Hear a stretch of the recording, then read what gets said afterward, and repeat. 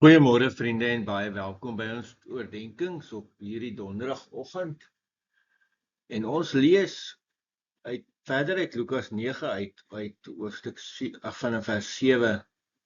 Herodes die tetrarg het van al hierdie gebeurtenisse gehoor en was verward, omdat sommige mense gesê het dat Johannes uit die dood opgewek is, terwyl ander beweer het dat Elia verskyn het, en nog ander dat een van die profete van ouds opgestaan het. Herodes het gesê, Johannes het ek onthoof, maar wie is hierdie persoon van wie ek sulke dinge hoor? En hy het probeer om hom te siene te kry. Geliefdes, as ons nou hierdie gedeelte lees, dan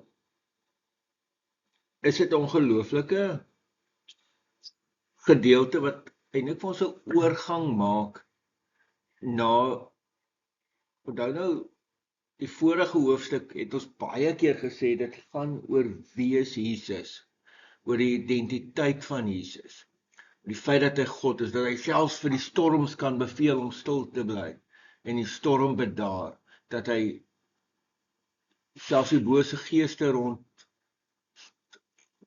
rondorder, en hy hulle beveel en hulle moet gehoorsaam. Die absolute ding oor wie is hy? En hier is dit Herodes se vraag, wie is hierdie persoon? Uiteindelik later in hierdie selfde hoofstuk gaan ons Petrus se belydenis kry. Maar wat ons hier sien is dat Herodes hoor, maar hy verstaan nie. Hy weet iets het gebeur, iets besonders het gebeur, maar hy weet nie wat dit is nie. En daarom moet ons tog maar vandag ook weet, om van Jesus te hoor, beteken nog nie jy verstaan of jy ken hom nie. Die ander ding is dat daar baie verskillende menings oor Jesus was. Party het gesê dat Johannes die Doper het opgestaan, ander het gesê Elia het verskyn, of een van die ou profete het teruggekom. Daar is vandag nog baie opinies en verskillende menings oor Jesus. Ek en jy gaan moet leer om later in die hoofstuk saam met Petrus te bely, maar U is die Christus. Maar dit gaan ons by 'n volgende keer by kom.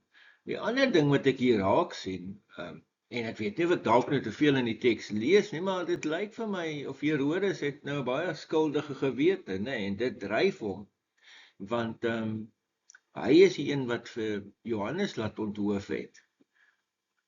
En nou, wat gaan nou hier aan? Nee,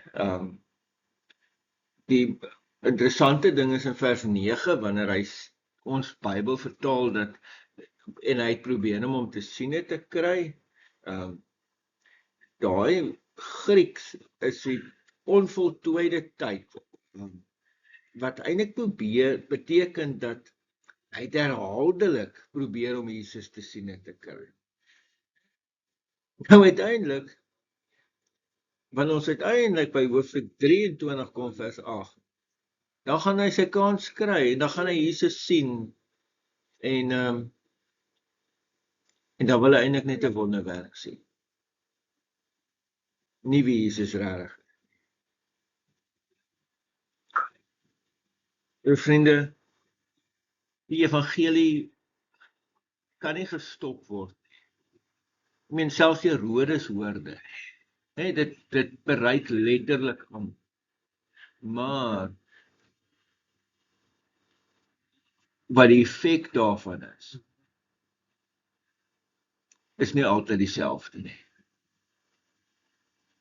Deur genade, deur die Heilige Gees, kan ek en jy iets meer verstaan. En kan ons verstaan wie Jesus is. Amen.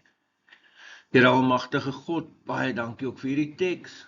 Dankie dat ons ook hierdie verhaal mag lees. En leer ons ook vandag om daaraan vas te hou. In die naam van ons Here Jesus Christus. Amen. Vriende, mag jy 'n baie mooi en 'n baie geseënde dag hê. Totsiens.